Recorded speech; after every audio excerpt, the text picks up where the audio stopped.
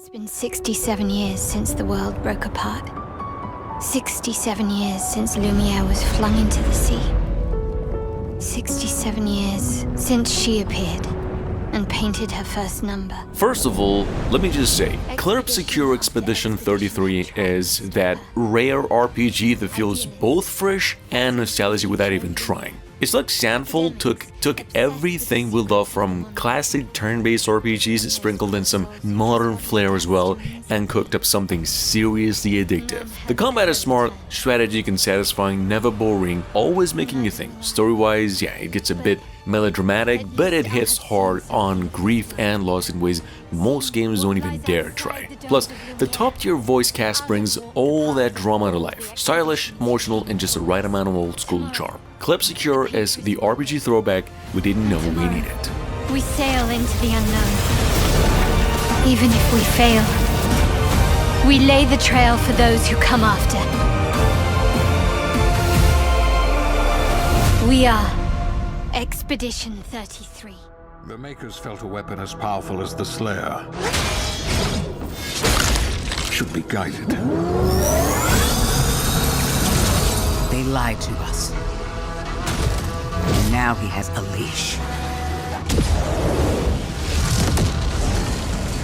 Doom: The Dark Ages isn't just more Doom. It is a full-on, iron-plated reinvention. Imagine the aggression of Doom Eternal dragged through a medieval nightmare and then bolted to a Warforged riot shield. Heavier, grimier, gorier, and still screaming with energy. In fact, the new shield thing isn't just for defense, it is a pretty brutal utility weapon, turning combat into a dance of deflection, punishing blocks, and finishers. When paired with the familiar Doom arsenal, it actually unlocks a new tempo, which is less speed, metal twitch, more sludge, metal stomp. This is still ID at their peak. Dark Ages proves Doom can evolve without losing what made it iconic.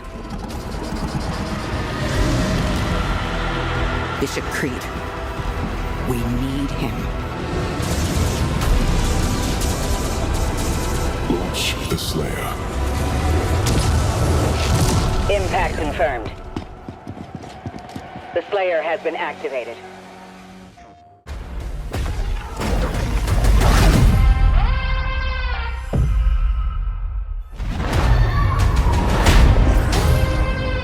Look, I don't mean to be rude, but I really don't do small talk. Nice to meet you too.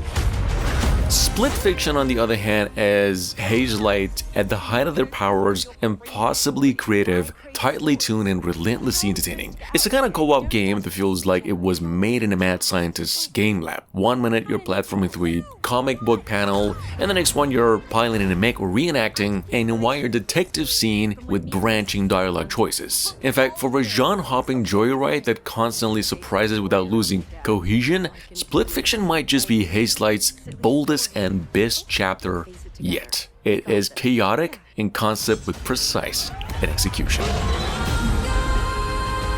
Follow my lead. Are you for real, Zoe? I wrote it when I was a kid. What sort of double child were you?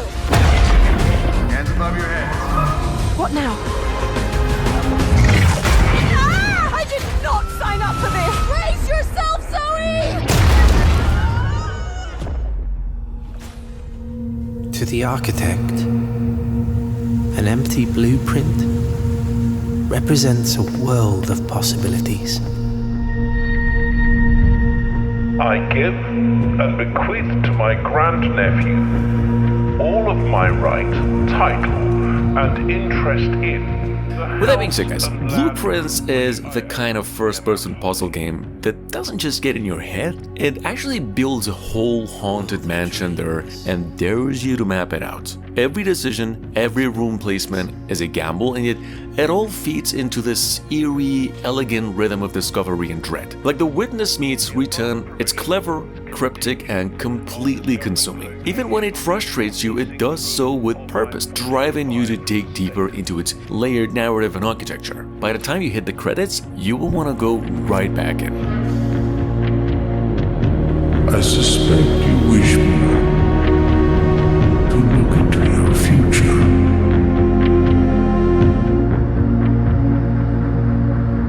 Should my my grandnephew fail, then this gift shall lapse.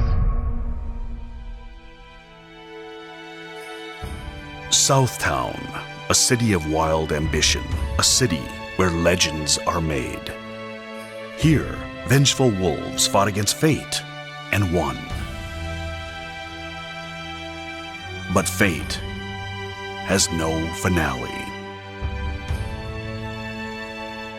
Now, 25 years later, are you ready to rock the city once more? Fatal Fury's City of the Wolves lands hard as one of the sharpest fighters out there as it is. This game is nailing the classic SNK one-on-one combat with a slick modern twist. It's got the Street Fighter 6 vibe, which stands out as a solid alternative thanks to a very diverse cast of roster, including the odd choice of 2 real-life guest fighters. And well, the netcode isn't quite on par sometimes, but it's close enough to keep the online battles pretty smooth. Sure, it's stuck with outdated menus and minimal tutorials, but after like 25 years, Fatal Fury's combat feels pretty fresh and fierce. If you crave an old school fighting with new school polish, this one's a knockout. Perform flashy combos at the push of a button with the Smart Style control scheme. When you're ready to take on the world, jump online with crossplay and rollback netcode. You can even hone your skills against auto-generated AI clones. I was never meant to be a warrior.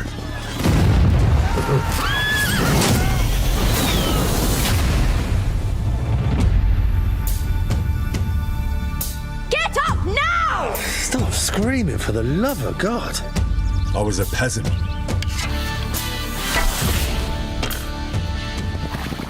Kingdom Come Deliverance 2 picks up the reactive first-person RPG torch Bethesda dropped years ago, and it runs with it better than anyone since. The melee combat's pretty sharp, satisfying, something the Elder Scrolls never quite nailed. The game sometimes wavers between a tightly scripted cinematic journey and a sprawling, dynamic open-world sandbox, which could actually jar immersion. Still, most of the time, these two mods coexist without clash, letting you dive into side quests or stick to the main story, and well, the world feels alive and engaging as well, and the story hits hard. It's a deep, rewarding experience that's pretty hard to shake off long after you finish. No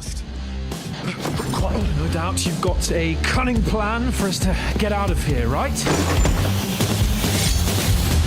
You chose a different path than I wanted for you. And maybe that's how it was meant to be.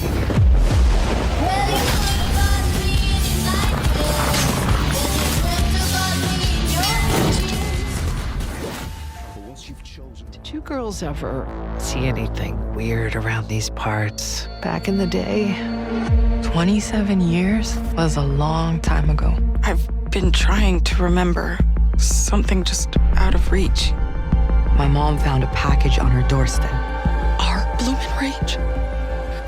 Lost Records Bloomin' Rage also hits pretty hard with the raw, BS take on growing up and growing older. This is a game about the messy, rebellious teen years and the fierce 40-something woman shaking off stereotypes. And this double whammy keeps the story fresh and surprisingly fun in a genre that's often played safe. I mean, Don't Nod is cooking up something special here, and if the second half lands like promised, which it did, this could be their most memorable game yet. It's not just coming of age, it's coming of age squared. Definitely not much. This place is awesome. I've never had any friends like you.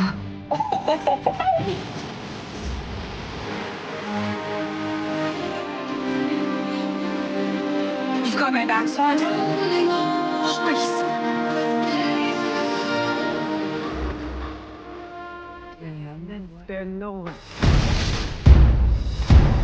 We have ways to banish such darkness.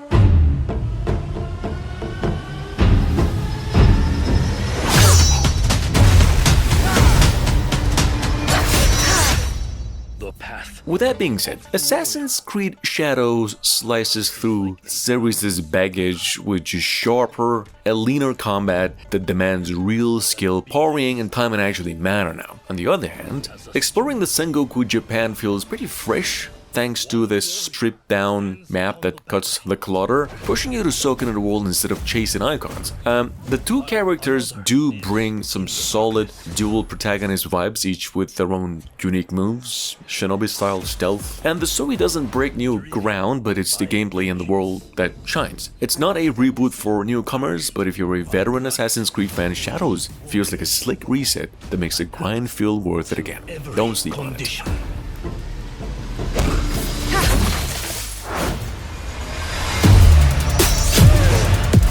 And let your blade be an extension of your spirit.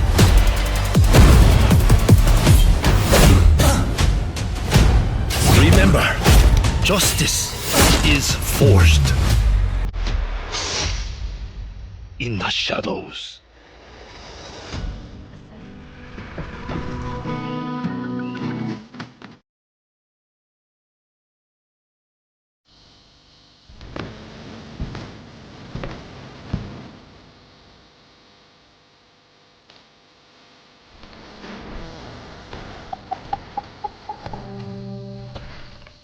Shaking bones. South of Midnight, you see, it's a game that doesn't try to reinvent the wheel or something, and it doesn't really need to. What it does, this game, is deliver a tightly paced, confidently crafted action-adventure that knows exactly what the story wants to tell. With a 12-hour runtime, the game actually hits that sweet spot of feeling complete without overstaying its welcome. The combat and traversal are simple but snappy, letting the real magic shine through the setting itself. See, this is a folklore done right, rich with southern gothic charm, swamps, ghost stories, and roots music that actually sticks with you. Think Control meets Grim Fandango and the Mississippi Delta.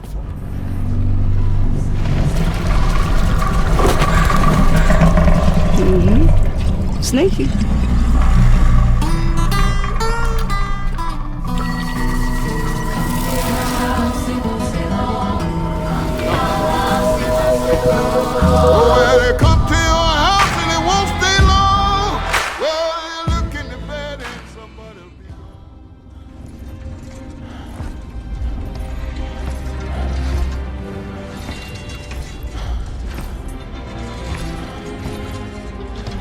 Everything that defined me is gone.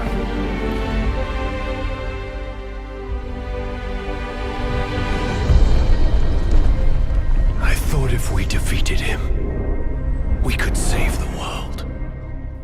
Look guys, the first Berserker, Khazan, is pain with purpose. Here's the thing, this game throws you into a deep end, chain, roll, crawling, and then it actually asks you to earn every inch. Early hours of the game are pretty brutal, your gear is weak, your skills are untested, but if you endure that punishing intro, what emerges is one of the most exhilarating Souls-like in recent memory. The boss fights are its lifeblood, and they hit super hard. Like, think Sekiro's parries meet Lies of P's atmosphere, and all that wrapped in a DNF-inspired fever dream. It is glorious, it will not hold your hands, but if you're the type to bleed for a win, Khazan will reward you in scars and satisfaction.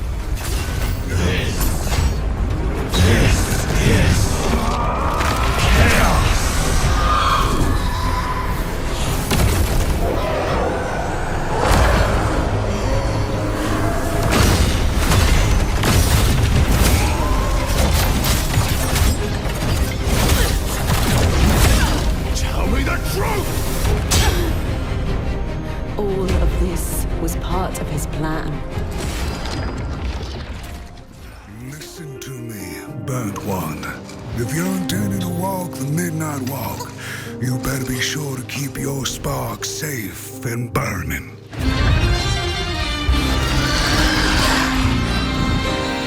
While I was in the black, I had a dream. There was a monster. With that being said, the Midnight Walk quietly devastates. It's that kind of a game. Like, it's not a game about ticking boxes or chasing XP. It's about feeling. It's a 7-ish hour journey that's wrapped in melancholy and warmth all at once, and it's actually led by a voiceless companion who somehow knows and says everything.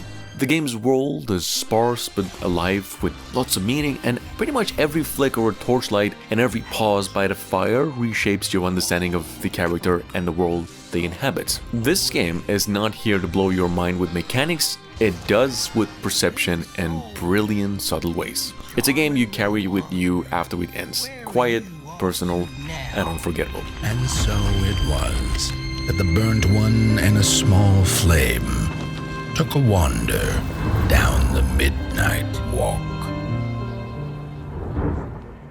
Averno City is losing the war on crime. Entire neighborhoods are in the grip of gang violence. There are daily high-speed pursuits across the city.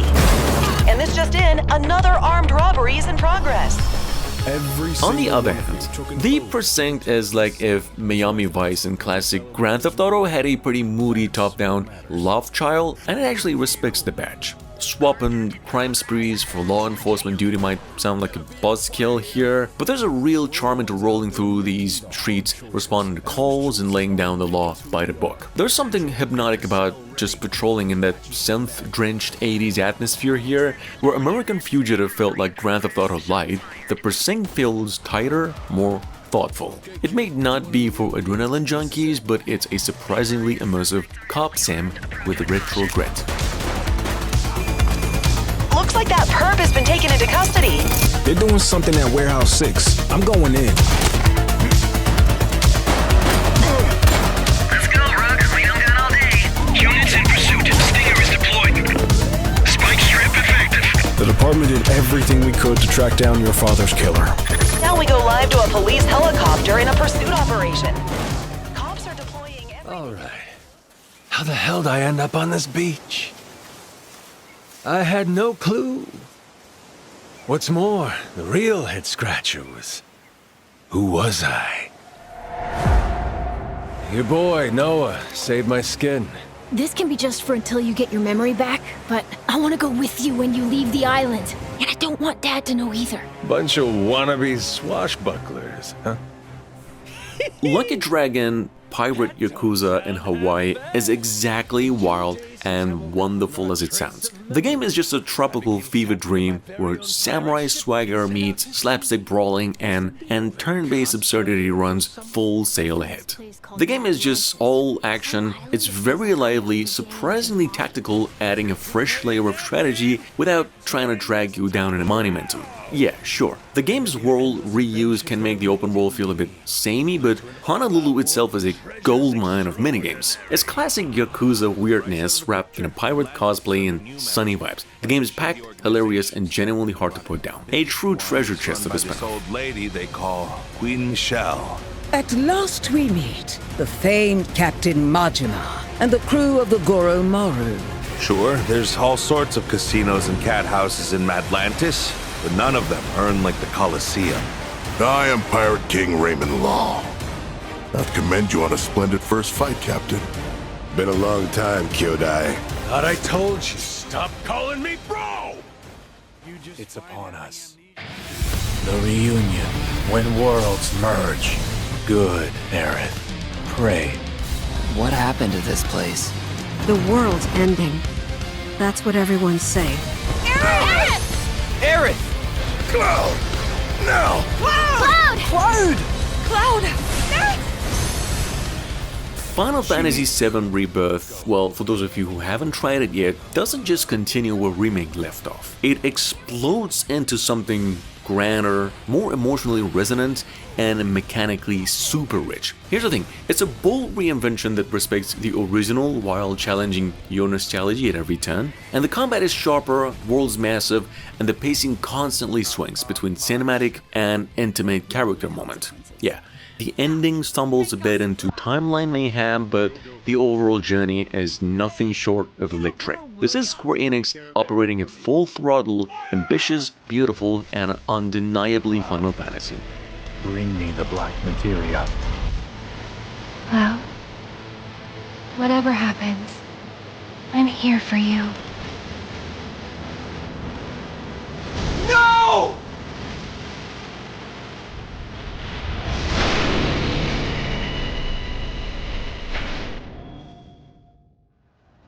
I still shine with the same light. You have not changed since the days we fought together. Let us settle this, once and for all!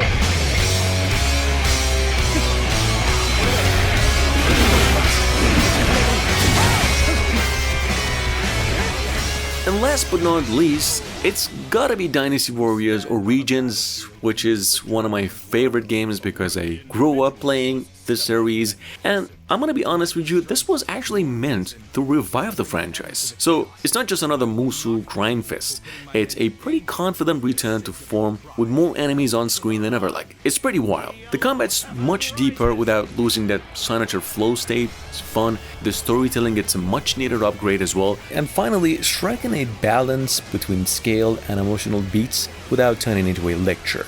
Anyway, whether you are a long-time fan or jumping in for the first time, Origins isn't just a new chapter. It's a statement, definitely came back They hard. are certain to clash with one another. When that happens, with whom will you side? Your decision will set the course of our future.